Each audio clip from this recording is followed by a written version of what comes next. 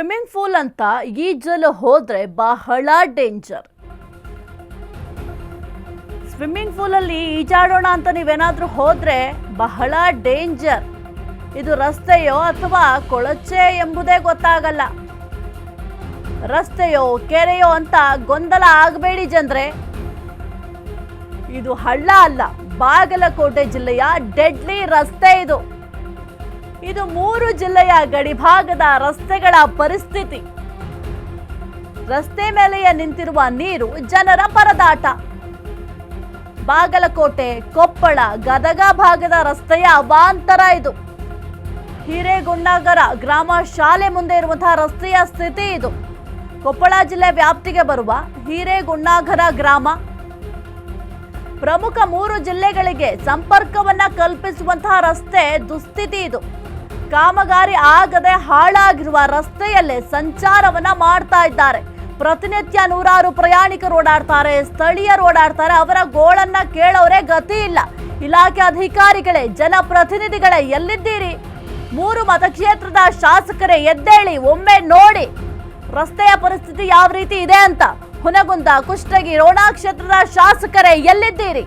ನಿಮ್ಮದೇ ಕೈ ಸರ್ಕಾರ ಇದ್ರು ಯಾಕೆ ಇಷ್ಟೊಂದು ನಿರ್ಲಕ್ಷ್ಯವನ್ನ ಮಾಡ್ತಾ ಇದ್ದೀರಿ?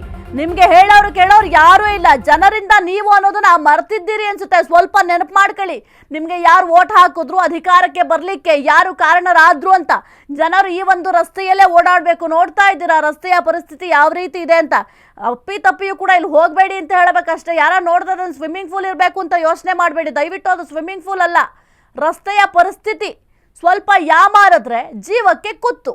ಇಷ್ಟೆಲ್ಲ ಆದ್ರೂ ಕೂಡ ಜನಪ್ರತಿನಿಧಿಗಳು ಯಾರಿಗೇನಾದ್ರೂ ನಾವು ತಲೆ ಕೆಡಿಸ್ಕೊಳ್ಳಲ್ಲ ಅನ್ನೋ ಮನಸ್ಥಿತಿಯಲ್ಲಿದ್ದಾರೆ. ರಸ್ತೆ ಮೇಲೆಯೇ ನೀರು ನಿಂತಿದೆ. ಜನರು ದಿನನಿತ್ಯವೂ ಕೂಡ ಈ ಒಂದು ರಸ್ತೆಯಲ್ಲೇ ಸಂಚಾರ ಮಾಡಬೇಕು. ಬಾಗಲಕೋಟೆ, ಕೊಪ್ಪಳ, ಗದಗ ಭಾಗದ ರಸ್ತೆಯ ಅವಾಂತರ ಇದು. ಜನಗಳ ಹೋಗುವ ರಸ್ತೆ ಇವತ್ತು ಭಾಳ ತುಂಬ ಹದಗೆಟ್ಟಿದ್ದು.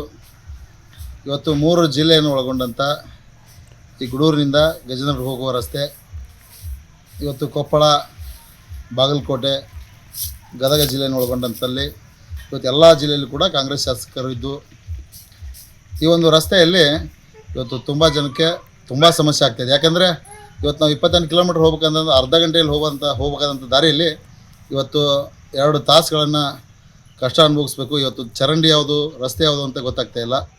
ಆದ ಕಾರಣದಿಂದ ಸಿದ್ದರಾಮಯ್ಯ ಸಾಹೇಬರು ಇವತ್ತೇನು ತಾವು ಸಾಧನೆಯನ್ನು ಮಾಡ್ತಾಯಿದ್ದೀರಿ, ಆ ಸಾಧನೆ ಜೊತೆಗೆ ಈ ರಸ್ತೆಯಲ್ಲಿ ಕೂಡ ಗಮನ ಹರಿಸ್ಬೇಕು. ಯಾಕಂದರೆ ಇವತ್ತು ಕಾಂಗ್ರೆಸ್ ಶಾಸಕರಿರುವಂಥ ಜಿಲ್ಲೆಯಲ್ಲೇ ಇವತ್ತು ರಸ್ತೆಗಳು ತುಂಬ ಹದಗೆಟ್ಟಿದ್ದು. ಕೂಡಲೇ ಆ ರಸ್ತೆಗಳನ್ನು ಸರಿಪಡಿಸ್ಬೇಕಂತೇಳಿ ಕೇಳ್ಕೊಳ್ತಾ ಇದ್ದೇವೆ. ಯಾಕೆ ಸಾಕಷ್ಟು ಸಾರ್ವಜನಿಕರಿಗೆ ತುಂಬ ತೊಂದರೆ ಆಗ್ತಾಯಿದೆ. ಕೂಡಲೇ ಆ ರಸ್ತೆಗಳನ್ನ ಸರಿಪಡಿಸ್ಬೇಕಂತೇಳಿ ಕೇಳ್ಕೊಳ್ತಾರೆ. ಗೂಡೂರಿಂದ ಗಜೇಂದ್ರಗಡ ಹೋಗುವ ರಸ್ತೆ ಇವತ್ತು ಭಾಳ ತುಂಬ ಹದಗೆಟ್ಟಿದ್ದು.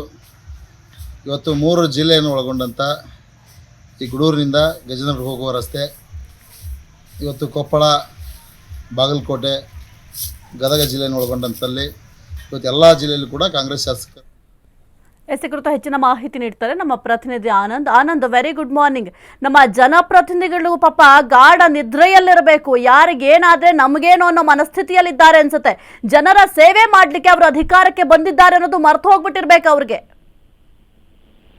ಸಾಹಿತ್ಯ ವೆರಿ ಗುಡ್ ಮಾರ್ನಿಂಗ್. ಈಗ ಏನು ಅಂದ್ರೆ ಇದು ಬಾಗಲಕೋಟೆ ಜಿಲ್ಲೆಯ ಒಂದು ಏನು ಮುರುಡಿ ಅಂತ ಗ್ರಾಮ ಬರುತ್ತೆ. ಮುರುಡಿ ಗ್ರಾಮದಿಂದ ಗದಗ ಜಿಲ್ಲೆ ಗಜೇಂದ್ರಗಡಕ್ಕೆ ಹೋಗ್ಬೇಕಾದ್ರೆ ಈ ರಸ್ತೆಯ ಪರಿಸ್ಥಿತಿ ನೋಡಬೇಕಂದ್ರೆ ಅಯೋಮಯ ಆಗ್ಬಿಟ್ಟಿದೆ. ಯಾಕಂದ್ರೆ ಇಲ್ಲಿ 3 ಜಿಲ್ಲೆಗಳು ಏನು ಒಂದು ಗಡಿಭಾಗ ಇದು. 3 ಜಿಲ್ಲೆಗಳ ಗಡಿಭಾಗ ಇರುತ್ತಾಗಿ ಇದು ನಿರ್ಲಕ್ಷ್ಯಕ್ಕೊಳಗಾಗಿದೆ. ಇದು ಈಗಿನ ಪರಿಸ್ಥಿತಿ ಅಲ್ಲ, ಸುಮಾರು ಒಂದು ದಶಕಗಳ ಹಿಂದಿನಿಂದ ಇಂಥ ಒಂದು ಪರಿಸ್ಥಿತಿ ಇದೆ. ಇನ್ನು ನಾವು ಯಾವ ಸ್ಥಿತಿಯಲ್ಲಿದ್ದೀವಿ, ಯಾವ ಕಾಲದಲ್ಲಿ ಇದ್ದೀವಿ ಎಂಬುದು ನೋಡ್ಬೇಕಾದ್ರೆ ಇಲ್ಲಿ ಬಂದು ಏನು ಜನಪ್ರತಿನಿಧಿಗಳಿದ್ದಾರೆ, ಅಧಿಕಾರಿಗಳಿದ್ದಾರೆ, ಅವರು ಈ ಮಾರ್ಗದಲ್ಲಿ ಸಂಚಾರಿದ್ರೆ ಗೊತ್ತಾಗುತ್ತೆ ಇನ್ನು ಎಷ್ಟು ಹಿಂದುಳಿದ ಜನಾಂಗ ಇದ್ದಾರೆ, ಎಷ್ಟು ಹಿಂದುಳಿದ ಇಲ್ಲಿ ಪ್ರದೇಶ ಇದೆ ಎಂಬುದನ್ನು ಇಲ್ಲಿ ಬಂದು ಸಂಚಾರ ಮಾಡಿದ್ರೆ ಇಡೀ ರಾಜ್ಯದ ಜನತೆಗೆ ಗೊತ್ತಾಗುತ್ತದೆ. ಹೀಗೆ ಇದು ರಸ್ತೆಯೋ, ಏನು ಸ್ವಿಮ್ಮಿಂಗ್ ಪೂಲು, ಏನು ಕೆರೆಯೋ, ಚರಂಡಿಯೋ ಎಂಬುದೇ ಒಂದು ಏನಂದ್ರೆ ಅರ್ಥ ಆಗಲ್ಲ. ಆ ಮಟ್ಟಿನಲ್ಲಿ ಈ ರಸ್ತೆ ಇದೆ. ಮತ್ತು ಇದು ಸಾಧಾರಣ ರಸ್ತೆನೂ ಅಲ್ಲ, ಪ್ರಮುಖವಾಗಿ 3 ಜಿಲ್ಲೆಗೆ ಸಂಬಂಧಪಟ್ಟ ರಸ್ತೆ. 3 ಏನು ಶಾಸಕರಿದ್ದಾರೆ. ಒಂದು ಕುಷ್ಟಗಿ ಬರುತ್ತೆ, ಒಂದು ಹುನಗುಂದ ಮತಕ್ಷೇತ್ರ ಬರುತ್ತೆ, ಒಂದು ರೋಣ ಬರುತ್ತೆ. ಅಂದ್ರೆ 3 ಮತಕ್ಷೇತ್ರ ಬೇರೆ ಬೇರೆ ಜಿಲ್ಲೆಗೆ ಬರ್ತವೆ. ಹೀಗಾಗಿ ಇದು ನಿರ್ಲಕ್ಷ್ಯಕ್ಕೊಳಗಾಗಿದೆ ಅಂತ ಹೇಳ್ಬೋದು ಒಂದು. ಮತ್ತು ಸರ್ಕಾರ ಇದ್ದಾಗ 3 ಜನ ಸೇರಿ ಒಂದು ಕೂಡಿ ಸಭೆ ಮಾಡಿ ಆ ಸಂಬಂಧಪಟ್ಟ ಅಧಿಕಾರಕ್ಕೆ ಕರೆಸಿ ಒಂದವಾಗಿ ಈ ರಸ್ತೆ ಮಾಡಿದರೆ ಯಾವಾಗೂ ಆಗ್ತಿತ್ತು. ಆದ್ರೆ ಇಲ್ಲಿ ನಿರ್ಲಕ್ಷ್ಯಕ್ಕೆ ಮೇನ್ ಒಂದು ಕಾರಣ ಅಂತ ಹೇಳ್ಬೋದು. ಹೀಗಾಗಿ ಇಲ್ಲಿ ಸಂಚಾರ ಮಾಡಬೇಕಾದ್ರೆ ಪ್ರತಿನಿತ್ಯ ಜನರ ಗೋಳಾಟ, ಪ್ರಯಾಣಿಕರ ಒಂದೇನು ಆಕ್ರೋಶ ಇದ್ದೇ ಇರ್ತದೆ. ಆದ್ರೂ ಇಲ್ಲಿ ಯಾರು ಕೇಳೋರಿಲ್ಲ, ಹೇಳೋರಿಲ್ಲ. ಈ ಬಗ್ಗೆ ಏನ್ ಮಾಡ್ಬೇಕೆಂಬುದು ಸಾಕಷ್ಟು ಒಂದು ಚರ್ಚೆನೂ ಆಗಿತ್ತು. ಒಮ್ಮೆ ಏನು ಈ ಹಿರೇಗುನ್ನಗರ ಗ್ರಾಮದ ಮತ್ತು ಹೊನ್ನಾಳ ಗ್ರಾಮದ ಕೆಲವರು ಈ ಸಂಬಂಧಪಟ್ಟಂತ ಶಾಸಕರಿಗೆ ಮತ್ತು ಕೆಲವೊಂದು ಜನಪ್ರತಿನಿಧಿಗೆ ಮನವಿ ಸಲ್ಲಿಸಿದಾಗ ಗದಗದಲ್ಲಿ ಈ ಬಗ್ಗೆ ಒಂದು ಮಾಡ್ಬೇಕಂತ ಒಂದು ಚರ್ಚೆನೂ ಆಗಿತ್ತು. ಆದ್ರೆ ಅದು ಚರ್ಚೆ ಆಗಿತ್ತು ಅಷ್ಟೇ, ಆದ್ರೆ ಅದು ಸರಿಯಾಗಿ ಸಮರ್ಪಕವಾಗಿ ಯಾವುದೇ ಕೆಲಸ ಕೂಡ ಬರಲಿಲ್ಲ. ಹೀಗಾಗಿ ಇಲ್ಲಿ ಜನರು ಆಕ್ರೋಶ ವ್ಯಕ್ತಪಡಿಸಿದ್ದಾರೆ. ಈಗಾದರೂ ಎಚ್ಚೆತ್ತುಕೊಂಡು ಸಂಬಂಧಪಟ್ಟ ಅಧಿಕಾರಿಗಳು ಮತ್ತು ಸಂಬಂಧಪಟ್ಟ ಜನಪ್ರತಿನಿಧಿಗಳು ಕಣ್ಣು ತೆರೆದು ನೋಡಬೇಕೆಂದು ಇಲ್ಲಿ ಸ್ಥಳೀಯರ ಒಂದು ಮನವಿಯಾಗಿದೆ. ಸಾಹಿತ್ಯ. ಓಕೆ, ಥ್ಯಾಂಕ್ ಯು ಆನಂದ್ ನಿಮ್ಮೆಲ್ಲ ಮಾಹಿತಿಗಾಗಿ.